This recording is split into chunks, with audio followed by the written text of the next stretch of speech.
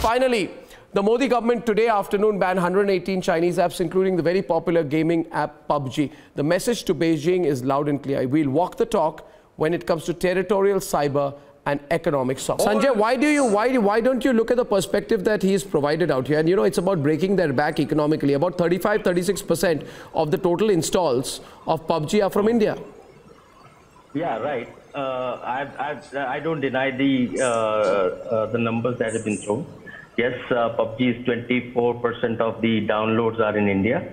But as I see, 35%. Like I said in the last debate, that it is mere posturing.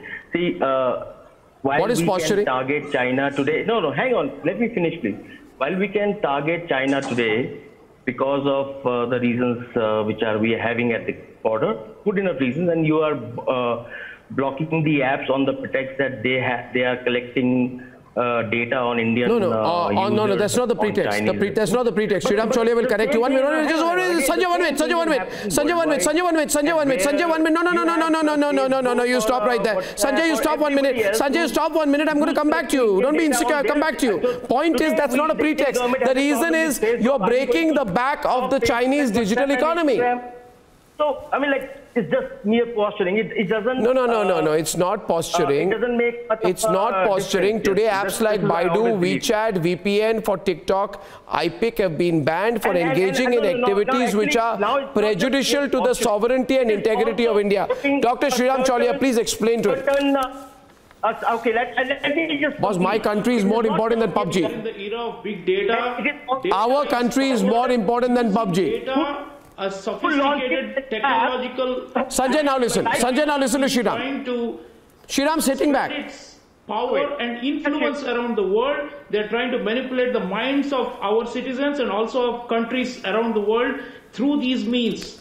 And it's necessary and it's not reciprocal. They are closed. They don't allow any of our products and services or our skilled IT services to enter their market. They are actually taking advantage of the openness of the democracies like India and the United States. I can't hear you. Let me explain it this way. Let me explain this way. 1 minute. They use... No. They use... They're raising the cost for the businesses. Correct. They're increasing the cost of their misadventures. Correct. Let me explain this. They understand total comprehensive power. They know the ability of big markets like India to strike back at them.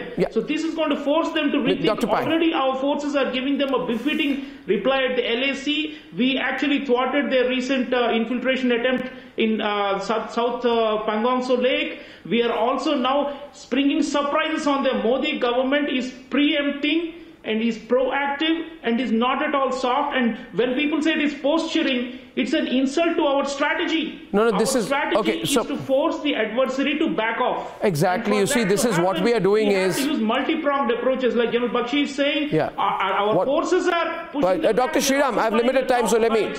So what we are doing is, and Aksai Chin border, we are eliminating the possibility for them to spring more surprises. We are being preemptive. Shriram, digital strike is also part of that. Shriram, strike. We are Shriram in the domain of big data. Shriram, response from Santosh Pai. Santosh Pai, sorry Shriram, I'll have to cut you short. Santosh Pai, this is India doing Sun Tzu on the Chinese. This is India doing Sun Tzu on the Chinese. The art of war, win a war without actually having to fight a physical battle, and that is what is happening out here. Shriram, please. Let us close. Shriram. Let's close ranks and push them back. We're going to close ranks if people like Santosh Pai agree to join us. Shriram, Santosh Pai, you're a fellow at the Institute of Chinese Studies. Okay, Santosh, you only made a point. You made a point. 1 second, Santosh. You said tactical, not strategic. Then why is Japan also mulling a ban? Why have App Store? Why has Apple Store removed apps on request of certain companies? Why is the United States issuing an executive order? Is that also tactical and not strategic? Let me say clearly, India has made a bellwether move. Many other countries have followed it. So India can take complete credit for that. That's a very good move. As I said, it does put economic pressure. But does it solve India's problem with China? No. It's one of the tactics. Did I say it? And as the spokesperson from BJP also said, Shriram, one concrete tactic.